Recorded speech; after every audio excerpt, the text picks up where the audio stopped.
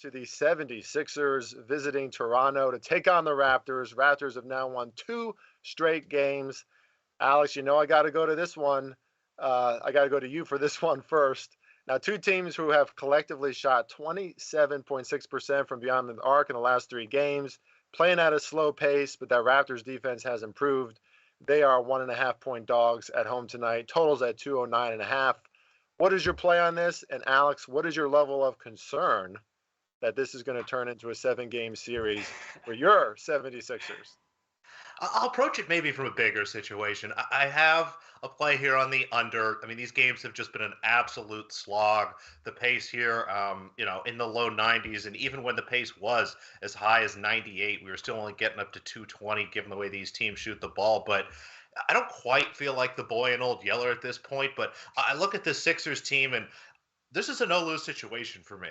Either they win this series and continue to advance, or they get put out of their misery. Glenn Rivers is gone, and I cashed my silly series bet from beforehand. But I mean, if you think about it, this is the culmination of Glenn Rivers. This is everything that he has tried to do. If anyone should blow a 3-0 lead in a series, it should be Glenn Rivers. So I'm ready for pain.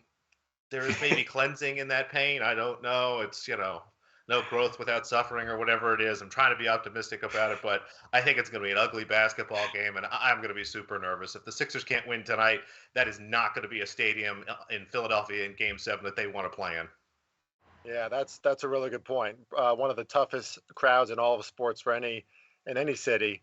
Um, yeah, this is going to be a great game tonight. I have a feeling this one's going to be a little better, Alex. So let's just stick with that. Josh, do you have any plays in this game? Any looks at the total? Alex spoke to the fact that these have been really slow games. I agree with that too, right? I mean, down in the lower 90s for the pace, along with the Mavericks and Jazz series too. So what do you got in this one?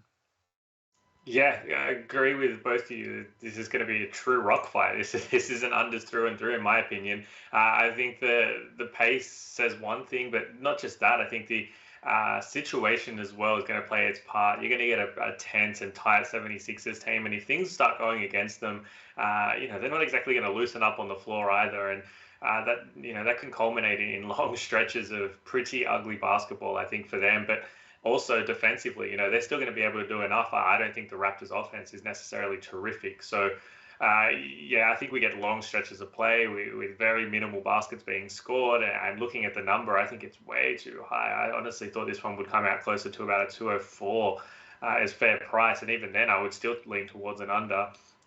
Maybe that's what we get for Game 7 should we get there. But yeah, I think that this is one of those games, one of those series in particular, where each game just somehow manages to get slower and slower, even when you think that it's hit, its lowest point before coming back up.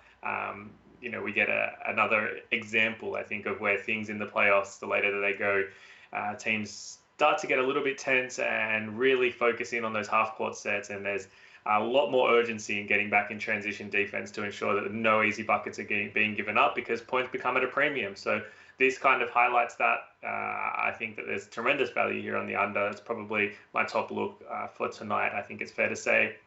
If there is a Game 7, though, like Alex said, I'll be very interested to see what the atmosphere is like in that arena, because I think it could get quite toxic quite quickly, which might feel like a home game for Toronto by the end of it. Yeah, maybe not so accommodating for James Harden either.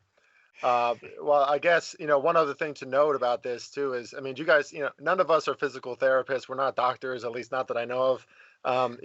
At least Alex has a lot of expertise. But do you guys think that this Joel Embiid's ligaments in his thumb, I mean, this has to be affecting him at this point, right? I mean, it certainly seems like it has. It's hard to hold on the ball when your thumb hurts. I think we've all played enough basketball to know that. And Yeah. I think he's maybe adjusted a little bit, but you definitely saw the first game. He was getting the ball knocked out of his hand a little bit more. He's been a little more protective of that hand. Because that's the other thing, too. It's not just hard to hold on to the ball. If somebody on defense comes through and whacks you on that hand, you're walking around in pain, for the next couple of minutes.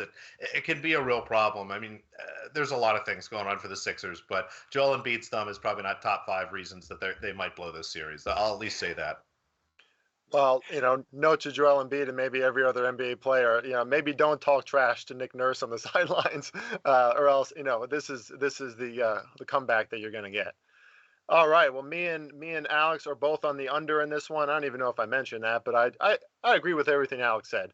on the under. Oh, Josh is on it too. That's right. We have across the spectrum agreement here. Sometimes that's worked out very well for us in the show. Sometimes Is this the first time? Is it the first time we've all been in agreement on a total? I know we've done it on the line. It might be. Let's say it is. Yeah. Yeah. Okay. In the postseason for sure. I got to say, I was shocked that it came out. What was it, like 211? 211.5? I mean, that was real high. Which, I mean, in the regular season doesn't feel high. It feels high now.